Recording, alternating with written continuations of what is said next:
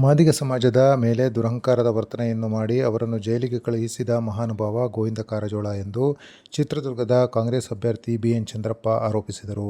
ಅವರು ಚಿತ್ರದುರ್ಗದಲ್ಲಿ ಮನೆಗಳಿಗೆ ಭೇಟಿ ಮಾಡಿ ಮತಯಾಚನೆ ಮಾಡಿ ನಂತರ ಮಾಧ್ಯಮಗಳೊಂದಿಗೆ ಮಾತನಾಡಿದರು. ಗೋವಿಂದ ಕಾರಜೋಳ ಅವರಿಗೆ ಅಪ್ಪರ್ ಭದ್ರಾ ಬಗ್ಗೆ ಗಂಧ ಗಾಳಿ ಗೊತ್ತಿಲ್ಲ. ನನ್ನ ನೈತಿಕತೆ ಬಗ್ಗೆ ಅವರು ಪ್ರಶ್ನೆ ಮಾಡುವುದು ಸರಿಯಲ್ಲ. ಅವರು ನೀರಾವರಿ ಮಂತ್ರಿಯಾಗಿದ್ದಾಗಲೂ ಕೂಡ ಅಪ್ಪರ್ ಭದ್ರಾ ಸ್ಥಳಕ್ಕೆ ವಿಸಿಟ್ ಕೂಡ ಮಾಡಿಲ್ಲ. ನಾನು 66 ಬಾರಿ ಸಂಸತ್ತಿನಲ್ಲಿ ಇದರ ಬಗ್ಗೆ ಪ್ರಶ್ನೆ ಮಾಡಿದ್ದೇನೆ. ಆಂಜನೇಯ ಅವರು ದಲಿತರಿಗಾಗಿ ತಂದಿದ್ದಂತಹ ಸಬ್ಸಿಡಿ ಹಣದಲ್ಲಿ 5 ಲಕ್ಷ ರೂಪಾಯಿಗಳನ್ನು ಕಡಿತ ಮಾಡಿ 1 ಲಕ್ಷ ರೂಪಾಯಿಗೆ ಇಳಿಸಿದ್ದನ್ನು ಕೂಡ ನೋಡಿದ್ದೇನೆ. ಇದನ್ನು ಪ್ರಶ್ನಿಸಿದ ದಲಿತರನ್ನು ಮಹಾನುಭಾವರು ಜೈಲಿಗೆ ಕಳಿಸಿದ್ದಾರೆ ಎಂದು ಆಕ್ರೋಶ ವ್ಯಕ್ತಪಡಿಸಿದರು. ದಲಿತ ಮುಖಂಡರ ಮೇಲೆ ಕಂಪ್ಲೇಂಟ್ ಕೊಟ್ಟು ಜೈಲಿಗೆ ಹಾಕಿಸ್ತಂತೆ. ಸರ್ಕಾರದ ವರ್ತನೆಯನ್ನು ಸಮಾಜದ ಮೇಲೆ ಮಾಡಿದ್ದಾರೆ ಅಂತ ನೈತಿಕತೆ ಅವರಿಗಿಲ್ಲ.